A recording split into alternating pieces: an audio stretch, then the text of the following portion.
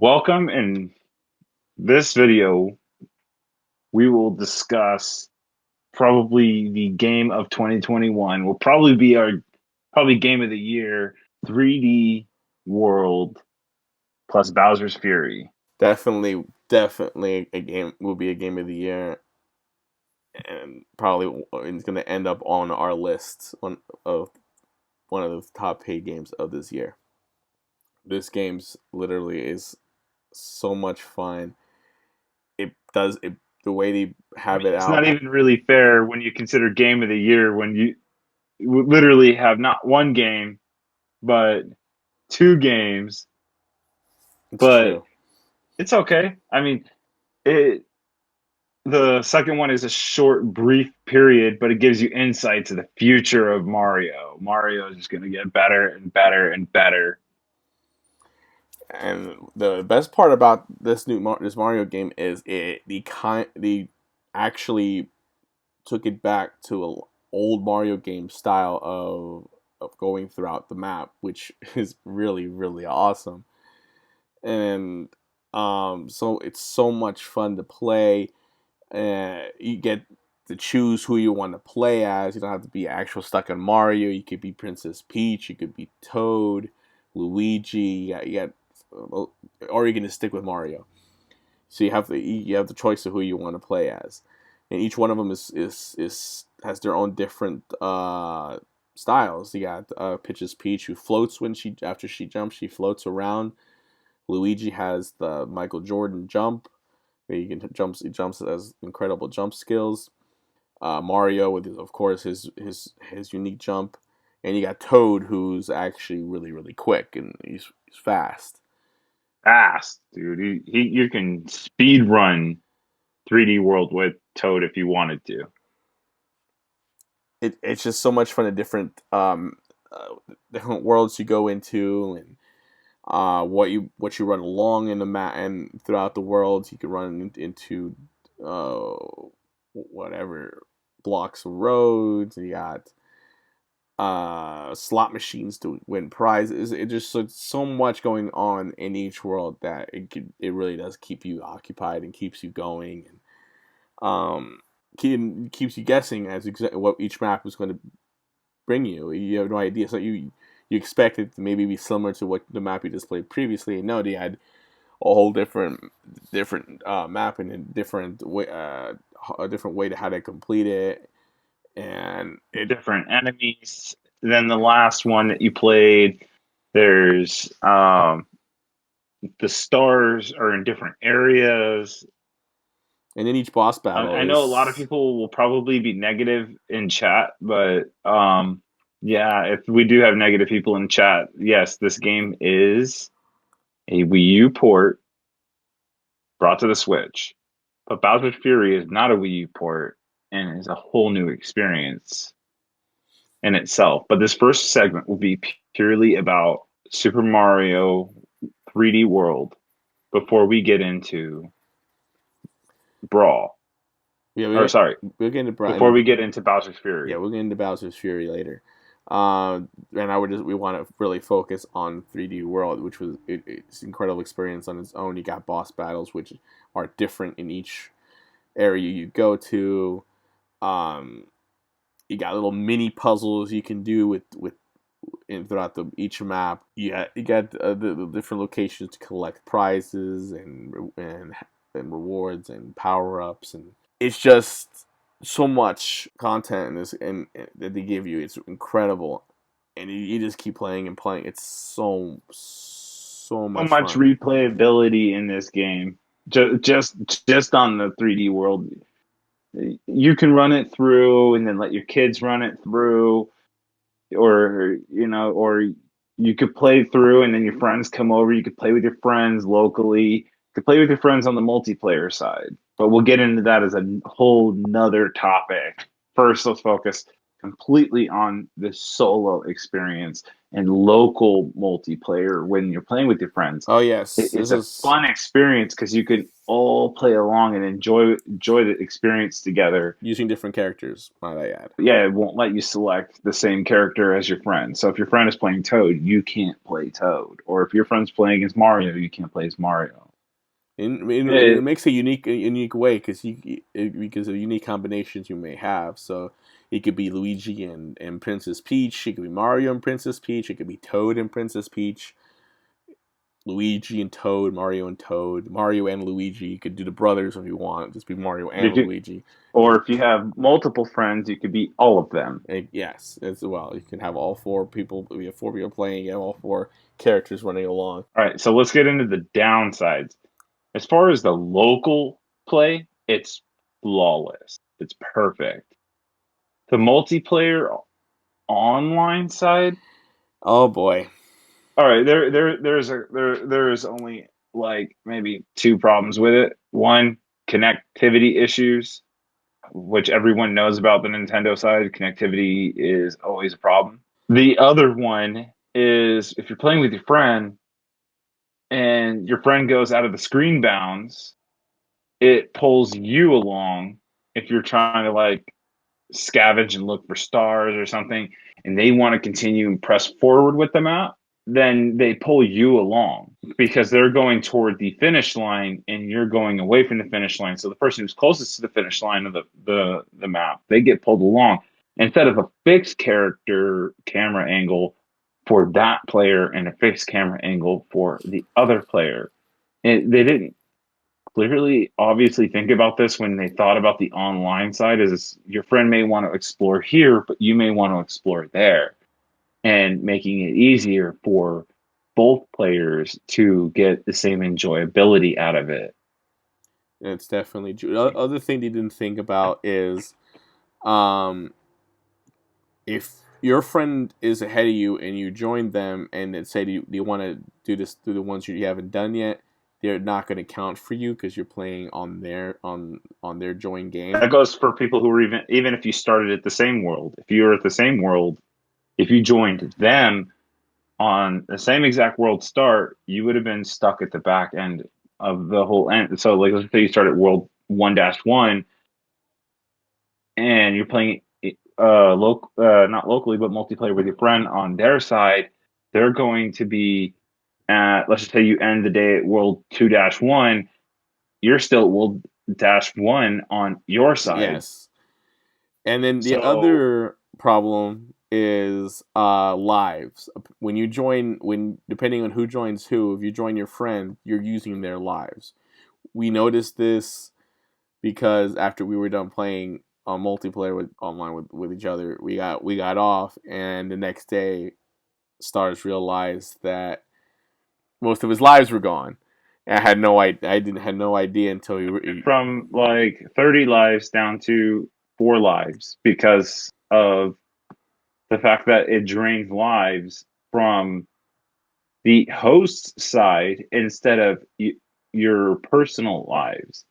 So if you're playing with your friend, be expecting that your friend's lives are in stake of every single time you guys die. yes, when I saw that I had 5 lives, that I assumed I had 5 lives left, and that's what I thought where my lives were at. I got back on, and my lives were up in the 40s, and then I realized my friend Stars here was down at 4 lives, and I literally felt horrible that happened, and I had no idea. And it was mostly because we kept moving around the map, and it kept pulling him when I kept moving one way, and he would go the opposite way. The camera really messes you up, and it could cause a lot of deaths to your friends if you're not careful. If you're focusing on trying to collect something on your side, and your friend is also trying to collect something over on the opposite way, you could literally pull your friend away and cause him to die by accident. And if you could literally drain someone's lives that way, and then all of a sudden you get offline, and that person has like 2 lives That's where the left. fixed camera angle comes into play. Is like, why didn't they think about that? Like, why? I understand this is a port, but when you do a port, it doesn't have to be exactly identical. It's true. It doesn't need to be 100% identical. Not to mention, this is technically a remaster, not just a port on the regular side, but it was a remaster for the Switch. Why wasn't it thought of? Hey, let's add in this feature so that way people who on the maybe on the Wii U discovered this, maybe we could have implemented this for the Switch just for the mere fact that there are more Switches on the market for people who are going to play Mario games. Why didn't we implement this idea? It's definitely true. They did not consider, or they really didn't care too much about the multiplayer side. They just went with, okay, let's find the way it is approach. But for people who want to play, especially in the time they were at right now with this pandemic, where you really can't go over to your friend's place right now. And more people are playing video games now than ever and Yeah, watching video exactly. game related content. You got people on YouTube who may or may not even have a job, but they're trying to watch other people play games or watch reviews like this to determine whether or not they should waste $60 or pay their bills. Yeah, exactly. And it just it seems like we really should be Nintendo should be more focused on realizing that in the time we're at right now, this is very important to have a very solid multiplayer experience because of so many people, stuck at home or in not able to go out and just have this. Tightening up the reins for multiplayer would make Nintendo get more third party acquisitions, and not only just acquisitions, but also more third parties wanting to put their games on the Switch. Let's just say, for instance, Call of Duty. Who who in their right mind would not want to play Call of Duty on the go if they were able to? Yes, they do have what's it called, the mobile. Yes, I know, but a whole different experience of playing an actual COD game on the Switch would be a game changer. Now let's talk about Bowser's Fury. Bowser's Fury, that This one, this one really sets the precedent.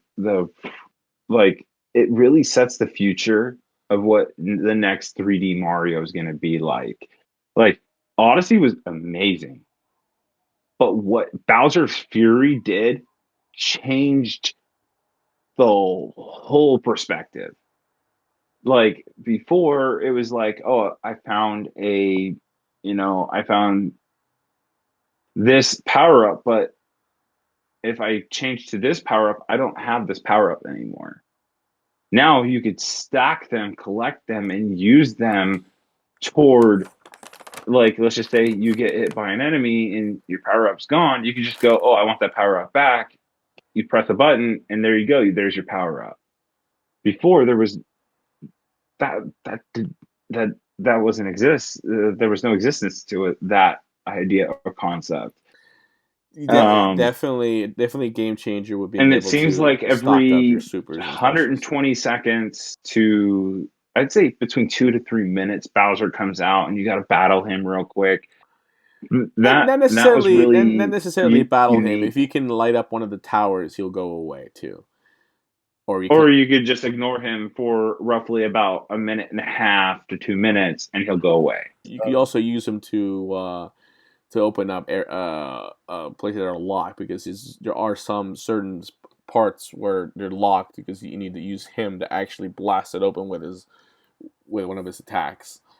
So you can also use him as at the time too to run around the map and blast areas that you need him to blast open or blast certain These will obstacles. give you your cat shines, aka for those who were long-term fans of Mario 3D games, is basically the equivalency of stars. Yes, this you're gonna when you play this game, you're gonna realize there's a cattish theme to it. So yeah, if you're a cat person, you're probably gonna be giddy with it. I'm an animal lover myself, so I was fine. I was giddy myself. But then so some people will be like looking at it, probably gonna be like, "Why is this so catty?" But yes, it's cat themed throughout the throughout the game. You also have Bowser Jr. As your ally, Consistent. as your assistant friend, sort of friend. He you use him throughout the map there's parts where you actually need him to paint on walls or ceilings and stuff, because there's still parts where you actually need him to paint. And You can also use him to attack. yeah, you can also use him to attack. There's a setting where you could have him help you out a lot, help you out every once in a while, or you could also turn him off completely where he doesn't help you at all, and all he does is just, if you ask him to paint something, you'll do that, and he doesn't help you out whatsoever. It's a basic option for you how much you want him to help you. If you want him to help you out a lot, he'll be battling right next to you every single moment and sticking right by you. If you have the meat to help you out every once in a while, he'll help you out every once in a while throughout battles. And he'll be popping in and out near you every once in a while. If you don't want him to help you at all, he'll just kind of be in the back, just kind of chilling there, watching you get your butt kicked. So there is a setting for that. It's up to you how you want to use them. You do have to collect, as Stars was saying, you have to collect cat medallions throughout the whole thing, and use your bunch of towers you have to light up and fill, and you have to basically push back Bowser, and you get to turn into, if you saw a trailer, you get to turn into a big cat, and then you get to battle Bowser basically face to face. It's basically an open map, so there's just like there's no like worlds to go into. It's a very open RPG element that we've never seen before. Odyssey required you to be in certain worlds, but those worlds were open world. But this one is completely open world, which we could see in the future that this may be the route that Mario is going to take in the future. We may see a 3D, complete 3D RPG style of Mario in the future, which is going to be awesome when they do that. I can't wait to see the future of this game after looking at Bowser's Fury. It's just like, holy moly, this is awesome. Definitely does give you a peek into exactly what we could be expecting in the next Mario game to come out. And there's no way that Nintendo's going to get away with a change in the battling mechanic and everything that came in Bowser's Fury going forward with the next Mario game, 3D world, like 3D game. They're not going to be able to get away with that.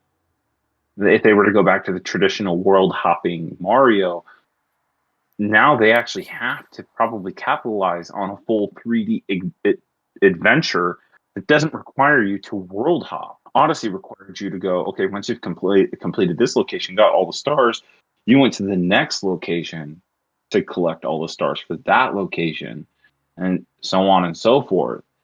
But you're not going to get away with that again going forward now. Now you have to actually capitalize on a full experience like that again to let people know this is possible. We are going to make a full open world experience,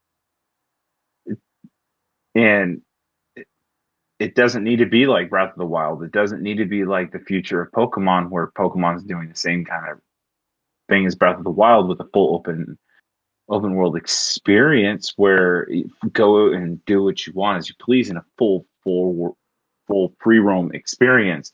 But a full free roam experience that is Mario driven is probably where the market's going to be in the next maybe 2-3 years when the next Mario game comes out. Will it work on a Nintendo Switch currently? Why not? But it'll probably play better on the next Nintendo Switch when it releases. And it'll probably play better, it'll look better. One thing I did notice is the frame rates weren't nearly as solid as the main game that it came with. 3D World was better in the frame rates. Yeah, the frame rates were a little down. You could definitely tell that they put they put more into 3D World, and then to the Bowser side, you could definitely tell. In 3D World, they actually incorporated a lot of older like Mario games, like Well, remember, this is a 3D free roam. It's not about whether they put into it, it's about the frame rates. If you put it, here's the thing, you got to think most people want with a Switch, it's already proven. We're not talking the Switch Lite, we're talking right now the traditional hybrid model. Most people are playing this not docked, they're playing it on the go. If you put 3D 3D World not docked, it's not going to drain your battery because it's not free roam, it's world hopping. But you put Bowser's Fury at 60 frames on the go, it's going to chew your battery. And you'll probably get maybe 2 hours of play if you're on the go. And let's just say your next time to charge isn't for like another 6, 7 hours from the time that you were on the go. It's true. Definitely, So definitely can't drain your battery. a 30 frame per second game isn't going to take as much of the battery. You put a 60 frame at even at 720, your battery's done in 2 hours or less. Especially depending on people who have the original model or have the upgraded model, which has a slightly better battery life, but not as good of a battery life as the like maybe the next Switch. A lot of people are hoping that this next Switch is going to have better battery, has at least double the battery life of the revision that they had, slight revision, where they put a slightly better battery. They're hoping that it's at least double that. Because on the go with my Switch, some games I'm probably getting 4 hours of play on the go, which is not really great. It's not the best battery, but the thing that chews your battery the most is, and I don't know what they were thinking on this one, is why is it that your batteries on your controller die?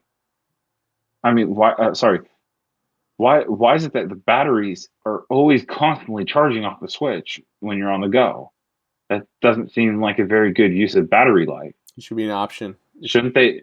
It would definitely be an option to Well, turn not off just and an on. option. It should have been smart to maybe let it all die at the same time, made the batteries just as strong as each other, and not rely too much on recharging the battery of the controller, the Joy Cons on the go when you're playing handheld. When you're playing handheld, your battery just eats. It's just you can't do anything.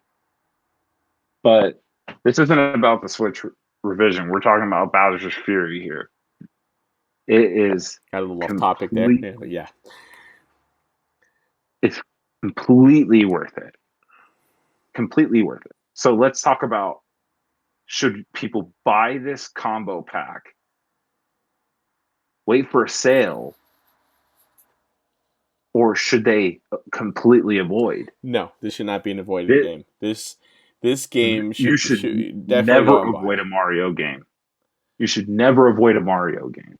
One, I other than the mobile, other than the free, I hate to say this word, but crappy mobile games that Nintendo puts out. They're horrible. The Mario Kart like mobile game was just trash. The Mario Run game was like, it was like, oh cool, I could play Mario on the go, and then you realize that this isn't really Mario on the go. It's like this is the Mario mobile version limited to these functions. And then all the other Nintendo exclusive games that they've had over the time that have been ported, like they made for specifically for mobile gaming, but they're not great. They're horrible games. But this game, you're probably not going to see a sale for this game for probably 2 years, 3 years, because it's selling so well. This game is totally worth it as a purchase. If you had $60 to spend, buy it. Definitely agree. This game is definitely worth buying. Um, if you can, I mean, if you can't get the money, I'm not trying to. No one here is trying to force you to buy a game. Um, but if you can afford this game, definitely get it. Um, this game is really entertaining, really fun. It gives you a bunch of hours to play, and even makes you want to replay it as well. This game is just that much fun to play, and it really is worth buying. All right, so let's get into the two-man crew appraisal. All right, so the two-man crew's appraisal for this game is an 8.8. There you go. So if you like this video, please leave us a comment. Subscribe if you haven't already. Hit that notification bell so you can stay tuned to all of our latest content. Like, comment, share with your friends and family, and stay tuned for more content.